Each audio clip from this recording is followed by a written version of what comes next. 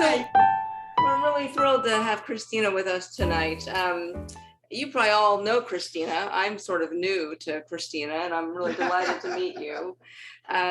She's been a long time resident of the island, as all of you know, and started the restaurant over the old gas station on down East Sound, near Madrona Grill, where that is, right? Yes, Madrona Grill is actually taken over parts of the Christina location over the years. Wow. And she's been in numerous magazines, Bon Appetit, Food and Wine, and was named Best of the Best Top Chefs by Pacific Northwest Magazine. And you opened that restaurant down in East Sound in 1980, right? 1980, yeah. Wow. And as a single mom and who needed to make some dough. And so she did what she had to do that and made quite a success of it. And then after that, you had Red Rabbit Farm and served Sunday dinners for 40 years. Yeah, for about 10 years we did it, yeah. And you've been cooking on the line. I love Christina's cookbook, which is actually in the library. This one here gives some great stories about you and your life and your accomplishments. I would recommend it to everyone.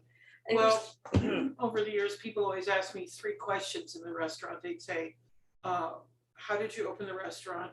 Where do you get ideas for recipes? And how did you learn to cook?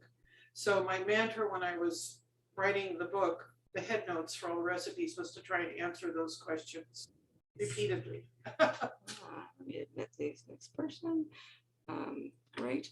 So I'll continue to admit people as they come. And at this point, I think I'll just hand it over to you, Christina. Okay.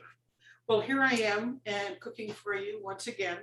Or maybe I can show you something new once in a while. I chose to prepare mussels because they're easy to make in real time. And cooking in real time is a trick. And maybe you saw me on the Today Show in 2004. That was almost 20 years ago. But I cooked mussels on CBS Good Morning and the Today Show and Good Morning America, 3 different ways, 3 different days. But it was great because they cook in real time. And so and mussels are interesting because it's like, what do you do with them? So I want to show you here. I've got a little pile of mussels here. And the first thing you want to do with your mussels is go through them one by one. That's the only way to do it. And they have to be closed tight like this.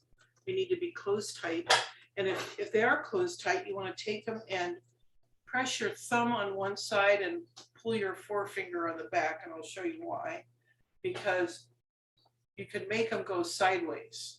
And if you can make them go sideways, they have either mud in them, they will fall apart. You can make them go sideways. Or you can find out, sometimes they close up if they're open. But essentially, if they're open, you don't want them, okay? Now, that's not always true because I just had one in here that had opened up of mine that are already prepped. And I squeezed it and it closed up again, which meant it's still alive. So anyway, we've got quite a few. And here's a dog, it's like open. And here's one that's broken like that. You don't want to use that one.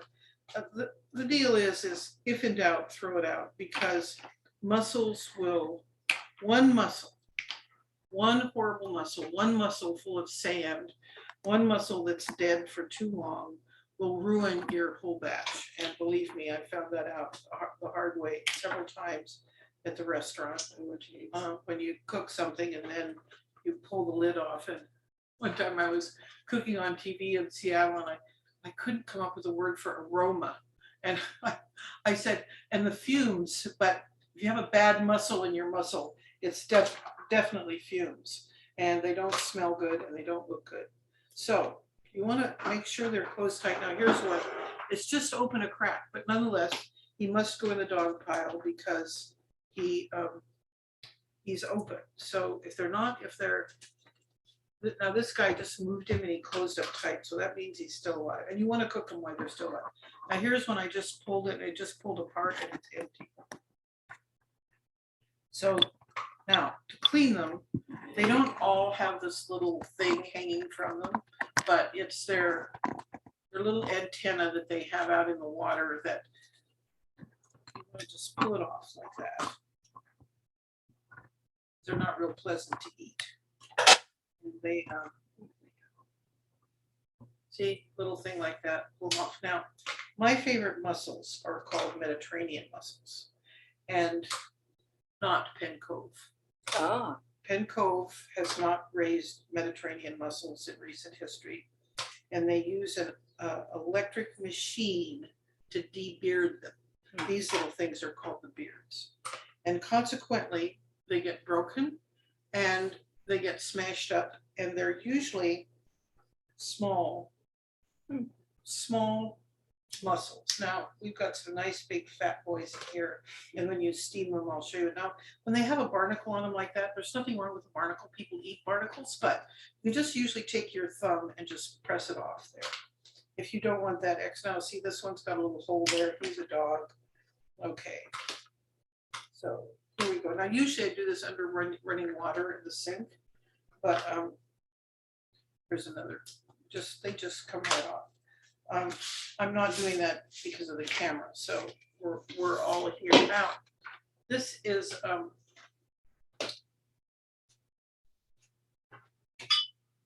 vino, white wine. The basis of all steamed shells, good steamed shells, is just white wine. I'm putting a glug in there according to like how many. And onions. Now, I'm going to talk about ginger for a minute because it's so great. You can buy ginger several ways at the grocery store. You can buy it in a little tube like this, and it's already done, and you just open it up and squeeze it out. What could be easier? You can buy it like this, and I did that, and I broke off a piece, and I'm going to use my trusty grater here, and this is. Now the ginger root gets woody in the middle, so you kind of have to go around the outside to get your fresh ginger. And you can see it's building up on the back of my grater there. And so, you know, I'm just, for the sake of education, I'm showing you how to do this.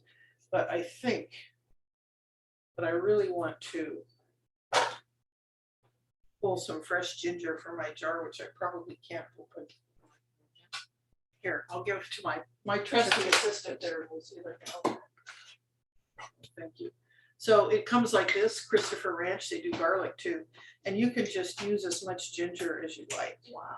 And I like lots of ginger. And because this has been pureed and put in water, it's gonna lose a little of its intensity of flavor. So we're just gonna add more to make up for the intensity. There we go. All right. Now, a little salt, not much. Just seafood needs salt when it cooks. Otherwise, the process of hot water will suck all the natural salt out of the item. So if you put salt in the water that you cook it in, it's kind of like transference happens. The salt stays in the seafood and the salt stays in the water. So it's not like salting your eggs where you have to be careful you don't do too much salt. It's just salt in the water.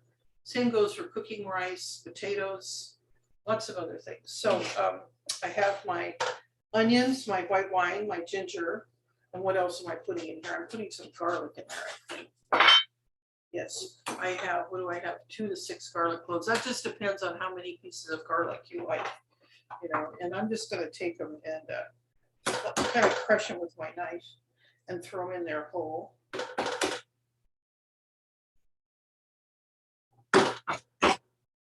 Woohoo. Nothing like the smell of fresh garlic. So there we go. Okay. And I'm going to, there's something else. Oh, my twigs of thyme. I have my thyme someplace. Here it is. And I'm just gonna, there's more than 3 twigs here.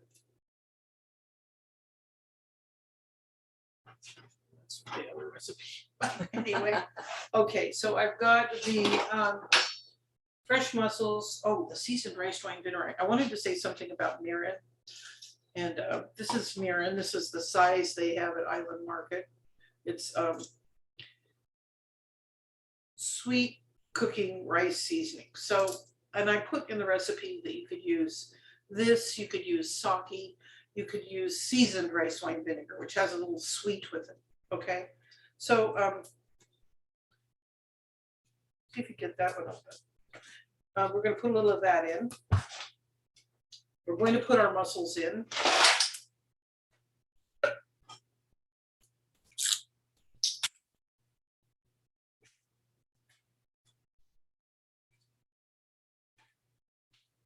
Okay, so we're almost ready to fire it up here. I'm gonna add a little more of the mirin, which I prefer to the alcohol, but just, you know, a lot of times it kind of depends on what you buy in the kitchen. And if you buy these specialty ingredients for every occasion, pretty soon you've got seasoned rice wine vinegar, unseasoned rice wine vinegar, mirin, and sake that in your kitchen cupboard, and you multiply that times 10 different recipes and you're at deep doo-doo. You got way too. I've just downsized, so I know, you know, about all this cooking stuff. So I put a little more in there, and I'm going to light my burner now. Okay, and we're going to talk about zesting limes for a minute. Now, you all have one of these, right?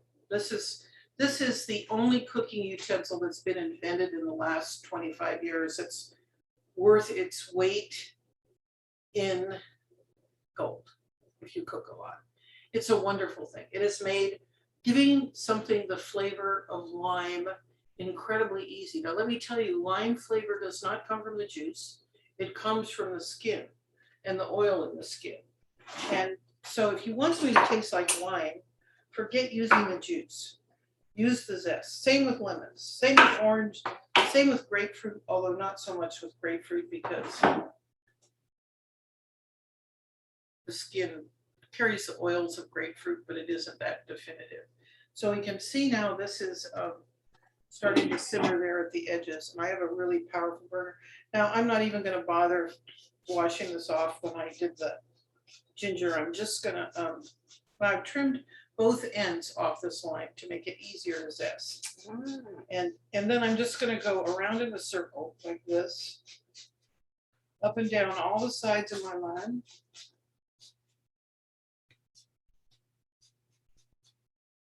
Jacques Pepin said 95% of cuisine is tedious kitchen chores. And I think this would qualify, except that the zester has made it so easy that I probably can go through this lime in under 2 minutes. Or probably took me 10 to cut the onion.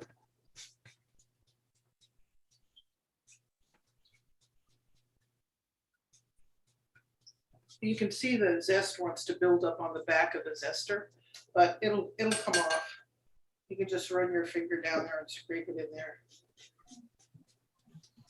there. Now this is an interesting flavor combination because the mussels are deep and earthy and flavor of the ocean, and the zest is bright.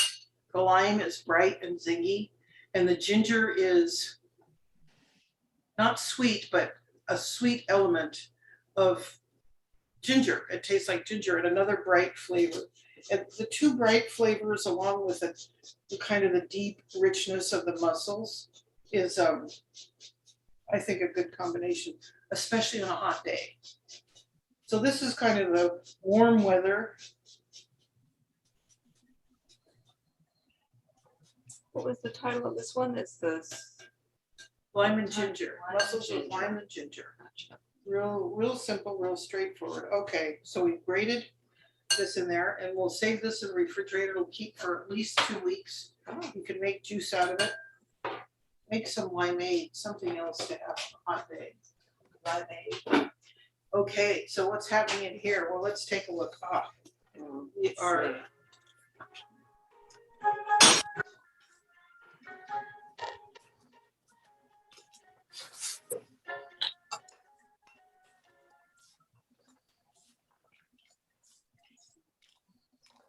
I stirred them around a bit now. Here, this is like the perfect cooked mussel right there. That guy's a big fat boy. That's just what they should look like. You don't, if they get shriveled up a little, you know they overcooked, okay? So there is like the perfect cooked mussel right there. Oh, yeah, that's, all right, I'll bring it There you back go. over. Bingo. Oh, Yeah. Yeah. Mm. Okay, so they're nice and hot now, and we're gonna just toss them.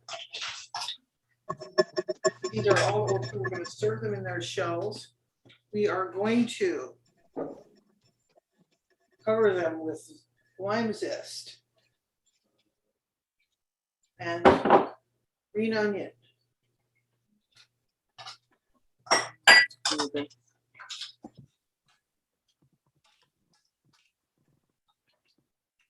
And,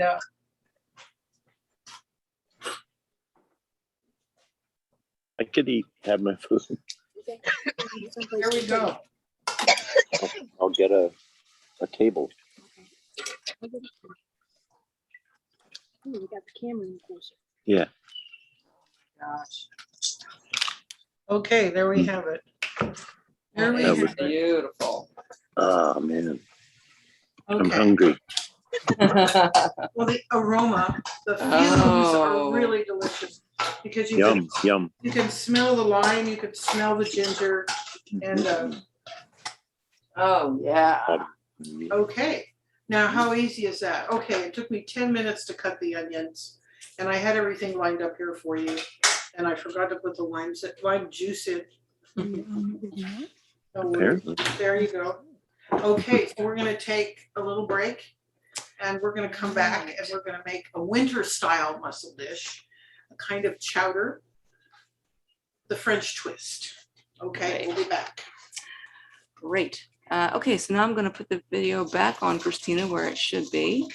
And we'll go, and there we are. You're on, Christina. Okay, well, welcome back. I have a large pot here, and I want you to see what I've done. Let's get the I've camera got over the in the chopped pot. onion, the thyme, the garlic, and vinegar. And I'm going to reduce this. And the reduction is a French style of cooking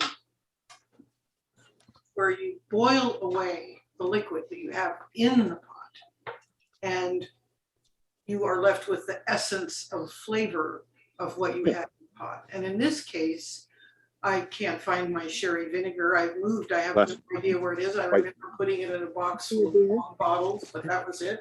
So we're using white balsamic. I happen to have a big jug. You want some, call me. So we are going to reduce the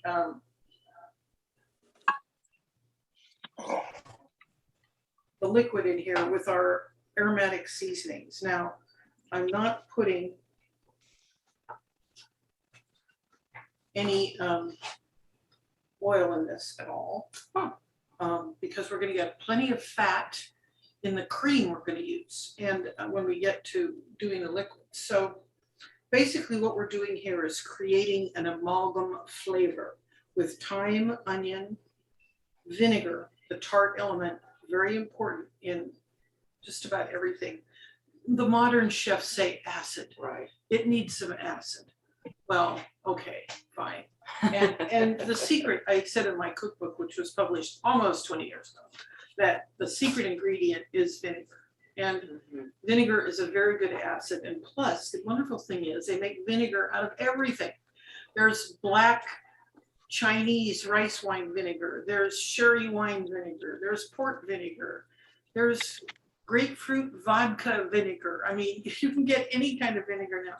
And if it's got a good basic vinegar, then the flavors it's infused with just add to the levels of flavor in it.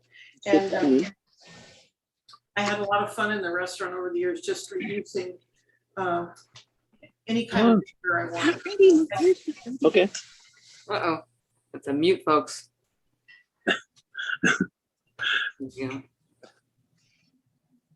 Can't. Hopefully I'm muted. We can hear you. I've just muted everyone. Okay, so now we're boiling. My husband has a thing about stuff boiling on the stove, and of course, I like to just put stuff on the stove and let it boil for like, say, an hour, you know, and just take it down to a syrupy, black, scuzzy mess, and then add now we always reduce the acid first. because that is the flavor that will stand up to repeated boilings. And we are going to add white wine to this, and we're going to reduce the white wine, and we're going to remove that by half. But once we've done those reductions, it's very simple dish. And now's the time when you could Little soft shoe. you can cut your carrots. So I'm going to Oh. show you. Now there's a reason these carrots are cut small like this, okay? Because I want to talk about, I didn't know where I put all my good knives either, so Oh. I have knives, but they're not like my showy knives. I have like my pink knife from Costco. The French have names for all these kinds of cuts, and it's a kitchen shorthand, and you don't have to know them. But it's good to know them because then you know what they're talking about. Now this is a brunoise, and I'm cutting this carrot into brunoise by slicing the carrot into little slices. Closer. And then I'll cut them into little squares. Now the reason for that, the reason for cutting them into little squares and making a brunoise out of it is so when you take a spoonful of the chowder, you can get a potato, a mussel, and perhaps a piece of carrot in your spoon at the same time. And this is a function of thinking about how you're cooking something and why you're cooking it and how people are going to eat it and enjoy it. And I've tasted some wonderful things, and they were marred in their beauty of flavor by the crudeness of the way the vegetables were cut. Because how they're cut depends on how they cook. And of course, how they cook depends on how toothsome they are and how they balance in your mouth, which is when you're really into cuisine at a certain level. Those are all things that are important and interesting and make for a great culinary experience. And so if you're into cooking, it might be something you want to know about. Maybe you don't want to do it. You don't have to do it. You don't have to cut these into little brunoise. You could just take them and, you know, cut those big discs of carrot and throw them in there. But two reasons I do this. One is I like the little brunoise carrot in my spoon, and I can put these carrots in pretty much after my chowder is made, and they will cook in about 2 to 3 minutes in the hot chowder. So I don't have to worry about them being too crispy or too uncooked or too mushy. The other problem that happens in chowders, and I'm sure we've all had the experience of eating a chowder where the potatoes were cooked to a fairly well and everything was mushy, and there was so much cornstarch thickener in the milk that you could stick a spoon in it, it would stand it up, which of course is the usual thing that happens to chowder, is that it has too much thickener in it and it's gummy. It's gummy, and they're not good that way. And you know, Ivar's chowder can be really good, but when it sits in a steam table in that pot on the ferry, it just gets thicker and thicker and thicker, and it's not so fabulous anymore. So I cut most of these brunoise carrots earlier this afternoon, and I kept them in cold water to keep them from spoiling. And another trick that pros do is they might, at the beginning of the week, when they have a really good apprentice handy, have them peel 10 carrots and put them in a tub in the refrigerator and keep them in water. If you want to keep them for longer than 3 days, put a little salt in the water and they'll last for 2 weeks. Oh, wow. So, and then you've got carrots for whenever you want them and however you want to cut them, different sizes. So I want you to see now what's happened in our pot here. And you can see that, you can tell because the bubbles are big, that most of this has reduced. And you can see there's very little liquid left. So we are going to slosh in the white wine. And we're going to do the very same thing. I'm going to add a little fresh ground pepper. Now, I haven't put any salt in this because I have a terrible confession to make. And that is when I wrote the recipe, I completely forgot to write down one aspect of it. So you witnessing the live class are going to be the only people that know that when I cooked off my mussels, I kept a little of the, when we cook clams, we call it liqueur, but this is the broth that I cooked the mussels in. And it was just white wine, a little salt, a little pepper, a little water. Just didn't need much because of course the chowder is going to have such fabulous flavor. So we're going to put this in here with our wine, okay? And that is going to, this is very powerfully flavored stuff, by the way. So not too much of it. That was about a cup. And here's my potatoes, which I cut in advance. And I cut them in a nice little, you can see here, they're nice little squares. Yeah, once again, can go on my spoon if I'm lucky. I might get a mussel, a potato, a piece of onion, and a carrot all in the same spoonful, which surrounded by silky essence of rich cream.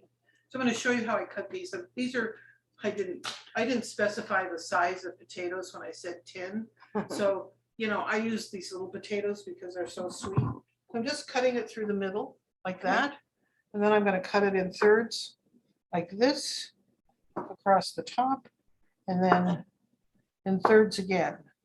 And that will just make a nice little cube, not too fussy, but you can see they're nice little cubes for our soup, which we have here is boiling like crazy, which is really good because all of the liquid is evaporating in the steam. And then we are going to mount the flavor of the liquids we have evaporated, the vinegar, white wine, and the mussel juice. We're going to mount those flavors with cream. Bingo, the French, of course. Now, it's very French style to cook them separately, so you don't have to worry about overcooking or doing something noxious to this very kind of precious liquid that we've made here, which is the foundation of our flavor. The foundation of the flavor of the chowder is going to be the things we've reduced in this pot.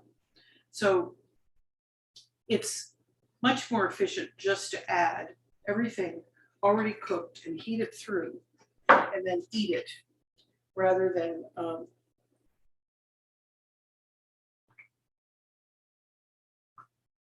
try and cook everything to its correct temperature in the pot with all the other items. So I want you to see these mussels here. This is what they look like. Look at that big, that's what they should look like. Big and plump and beautiful. If they're wrinkled and small, it means they were either somehow dead and just don't use them, or they got overcooked, which is usually anything more than 2 minutes beyond them steaming themselves open. Because once they steam open, they are cooked, they are tender, they are fresh, and that's when they're at their best. Any time that they stay after that, their quality of texture and flavor goes downhill until finally you've had the chowder that's been on the heat thing for 6 hours. And those clams are like these gristly, horrible little bits of stuff in there. They're just awful. And you definitely don't want that. So I have decided in my chowder, I'm using half and half and heavy cream. Now, if it was the restaurant, it'd probably be half and half heavy cream. But it's not the restaurant. This is for my husband and I to consume. We're both already in our 70s and our cholesterol is really good. So I'm not too concerned, you know? Okay, call your heart surgeon, you know? It just depends on how we're going to enjoy life. And we want to enjoy life. So I'm going to add, now I think I'm in the correct order. I often said I can cook and talk. I can cook and think. I can cook and not say a word, but I can't cook, talk, and think at the same time. So I have to keep my notes with me here. And This is where I'm supposed to remove the twigs from the mixture. Well, let's just see how that's gonna go here. They shouldn't be, aha, look at that, beautiful. So this is what they kind of look like, and let's say they've shed several of their little stems or their little leaves, but not all of them. And they've given their wonderful aromatic flavor to our broth, which is what we wanted. And now we are going to add the half and half.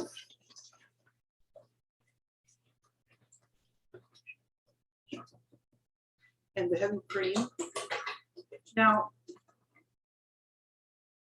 if you were just using heavy cream and nothing else, you could bring this back to a boil and reduce it till the bubbles are big, about by a third, and you'd have a thick chowder because that cream reduces beautifully. But we're not going to do that because I want to show you how to use cornstarch to thicken your chowder. Now you can use arrowroot instead of cornstarch. I have a friend who hates cornstarch because of the corn lobby and genetically modified corn and all that stuff. And in a way, she's right, because the reason, what's wrong with genetically modified foods, don't you? It's that the way they insert that genetic material into the cell is the most efficient way for anything to get into a cell is a virus. So they use dead viruses to transport the new genetic information they want into a cell. Well, this is what raises havoc with our immune systems, is all these dead viruses. Yes, they're dead, but our immune systems still recognize them as an invader. And they believe that this is part of the reason we have such a huge incidence now of autoimmune disease, more than we've ever had before. So, yeah, we don't want too much genetically modified material. Now, I want you to look in the pot again here. Okay. And we're gonna get the camera in here and you can see what's going on. Now I've got it on the highest possible heat here. And I'm just gonna wait for it to boil. And a watched pot never boils. Also, pots always boil quicker with the lid on. So I'm gonna put the lid on. And when it boils, we are going to dump our slurry, which we have made with half a cup of milk and a quarter cup of cornstarch. Now, it's always an iffy deal about the cornstarch. Is it going to make it too thick? Is it going to be too thin? Basically, we just want it thick enough to cover the back of a spoon. We don't want that big bloppy thing. We want it to be liquidy enough, but at the same time, we want some thickness to it. So that's what our cornstarch is going to do. And so we've made what's called a slurry. Your grandmother knew how to do this. She did it all the time. It's how she made gravy. Now we're just going to start to boil here at the edges, and that's good. But we really want to get it to a rapid boil. And when it's rapidly boiling, then we're going to add our slurry, and it will instantly thicken, theoretically. Now, if we've got too much liquid in our slurry and not so much liquid in our pot, we may have to bring it back to a boil to get it to thicken. But if it's boiling rapidly and we pour it in there slowly enough, it should all happen instantaneously. Very gratifying when it happens. Okay. So, All right, come look. Sorry, guys. and as soon as we thicken our chowder, we're basically done. We're going to go ahead. We're going to add our brunoise of carrot. We're going to add the potato. We're going to add the mussels and our fresh chopped herbs and our special little flavor for the end, Pernod. And there's lots of different, in France, they have Pernod, they have Ricard, they have 51. They've got all these different anise flavored liqueurs that are made with fennel. And it's interesting. The bars, I remember the first time I was in Paris, got there at 4 a.m, So all the little tobacs where the workmen go for their morning coffee and gitanes are like open along the street, and all the workmen wear their little blue things and their little berets, and they've got their cigarette in their mouth. And they also have a little glass of Pernod or Ricard 51 or whatever, because they're all on tap. These liqueurs in French bars are on tap because they are so popular the French. Now we are preparing to thicken the chowder. I want you to look at the rapidly boiling pot we have here. And I'm gonna just twist this up again and make sure that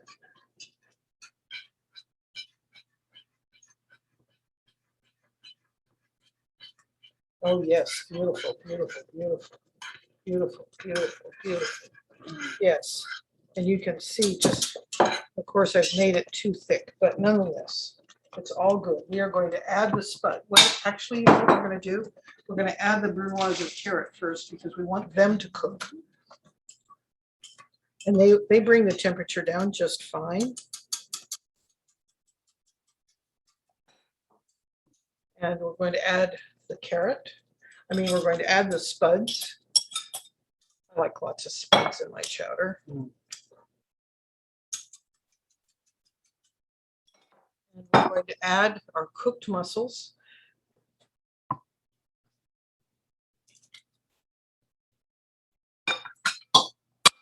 And there we have it. And we're going to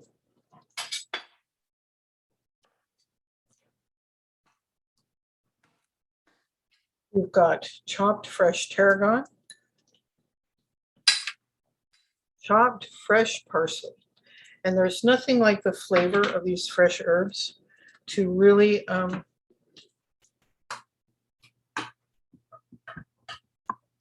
really juice up your whole thing. Okay. So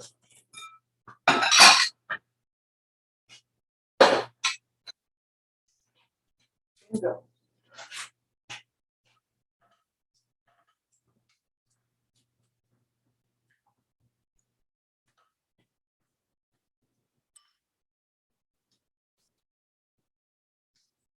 Okay.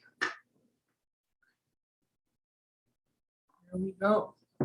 There's a chowder.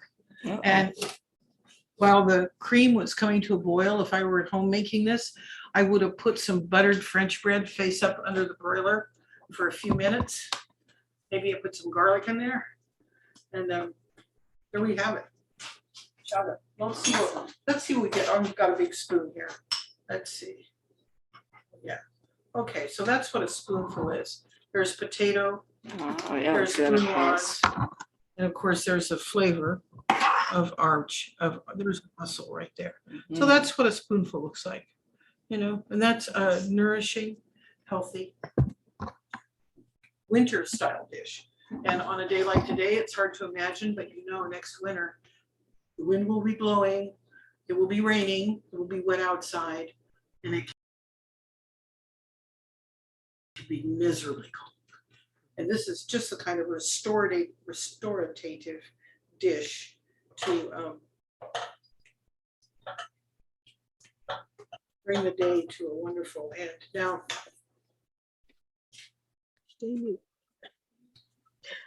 Christina, Island, question.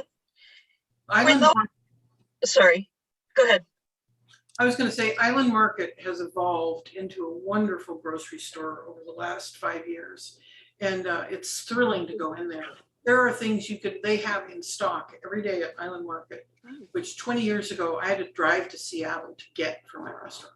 Okay, that's how much the world has changed, and that's how much the food revolution has changed everything, is that you can get just about any ingredient in the world at Island Market right here in Orcas, which is kind of a miracle. So let's give them lots of patronage and tell them thank you for that wonderful new seafood department. They bring in mussels 3 times a week, Monday, Wednesdays, and Fridays. And Friday, they're getting a big shipment of fresh mussels in tomorrow morning. Ooh. So just FYI. And oh, by the way, there's an interesting little story. I don't know if any of you ever read a book called Kitchen Confidential by Anthony Bourdain. And I first read it in the New Yorker, and it was the first essay that the New Yorker had printed that came in, as they say, over the transom in 30 years. That's how good it was. But Tony went from his job at the hall, cooking the line, to his home at one night and sat down at the typewriter at 1 a.m, pounded out this diatribe about seafood and restaurants and blah, blah, blah, blah, blah, blah. And one of his things was, don't ever order mussels in a restaurant because they put them in a plastic tub and then they sit in the cooler and they leach their juices and they sit in their juices and they die and blah, blah, blah, this horrible thing. And I thought, oh dear, he doesn't know about how to keep mussels. And of course, in a good restaurant, the mussels have a special container with little holes drilled in it. And that sits inside another container that all liquid leaches into. And then you put ice on top of the mussels. And when that melts, it goes down in there. So you keep the mussels super cold and they never sit in their own liquid. And you never keep them for longer than 3 days anyway. But evidently Tony Bourdain had never worked in a restaurant good enough where he learned that. And I always thought that was really interesting. And he kind of admitted it later on. He kind of said, well, you know, I was on a rant, you know, and it was a good rant. It was a really good rant. So this is our mussel chowder right there. It looks really good to me. That's fantastic. Are there any questions out there in the ether? Yes, I have a question. Okay. Hi. So you said that was for you and Bruce. That is a lot of chowder. Can you freeze that with all the dairy and the mussels? Betcha. You betcha. You can freeze it with everything in it. You can freeze it with just the liquid and add the mussels or clams or leftover fish. You know what I forgot? The Pernod. The Pernod. The Pernod. And when I did this in the restaurant, I used to add just a little to each serving. But we'll just add the whole thing. In fact, that's what I'll probably do with this is freeze it. So yes, freeze. Christine, I went to 3 stores today to find Pernod. I finally got it at Orcas Landing. And so I'm gonna add that. I'm making this dish as you have. We're having it for dinner tonight. But I do have a question, not related to your class. It is related to, are you and Bruce still doing dinners at your home as you did a couple of years ago? We have not. COVID kind of closed us down last year. And in the meantime, we found a little retirement house to buy here on Orcas, which we have purchased and moved into, away from Red Rabbit Farm, which we kind of looked around, you know, this is a lot to take care of here. And we just decided we didn't want to spend the last 20 years of our life doing maintenance. I mean, we've already done it for years. It used to be a lot of fun to prune the trees and keep it mowed and keep the weeds out of everything and arrange the window boxes and, you know, do the vegetable garden. Just had a lot of fun doing that over the years. But now it's more like it's become a chore. And so we've decided to let it go and downsize while we still could do it. And we have successfully downsized. We pretty much moved out of our house. It's all set up to sell. It's going back on the market. And we're kind of at Bunny Lane. Yeah, no, I get it and I understand. Well, I'm so sad. I had wanted to go to dinner there. And I just retired a few months ago. And, you know, beforehand, I just could never manage to swing one of the dates that you were doing, you and Bruce were doing. Yeah, I understand. Well, you know, there's always a possibility I could be doing a fundraiser for somebody in the community. I'm all about doing fundraisers. I like doing them. They're fun. You never know. I might be doing one at Caulfield Farm sometime before the season is out. So nice. It'll be nice. it'll be on the chamber website. If I'm doing anything, it'll be on there, you know. I get it. Well, yeah, no, I totally appreciate that. And, you know, Peter and I used to go to your restaurant. We loved it. We went there for New Year's Eve many, many years in a row. And, you know, we so miss your being there. But thank you so much for doing this cooking class. It was just wonderful. It was great fun. Thank you for being here too. Thank all of you for being here. Absolutely. Any other questions before we let Christina have her evening? Would you do this again? Sure. Oh, great. And how about you guys? Would you attend again? Of course. Absolutely. Lovely. Golly. Well, I hope you guys enjoy all those wonderful mussels out there. Are there any last questions before we sign off? We'll have the recording available, and of course, you guys are in the know on the special adding of the broth. So we can revise that recipe and send it back out. Oh my God, she gave me a spoon. I get to try it. I put a little fork in these too. Oh man, this is like torture, isn't it, for you guys? Oh. Oh man. That is the best chowder I've ever had in my life. Now,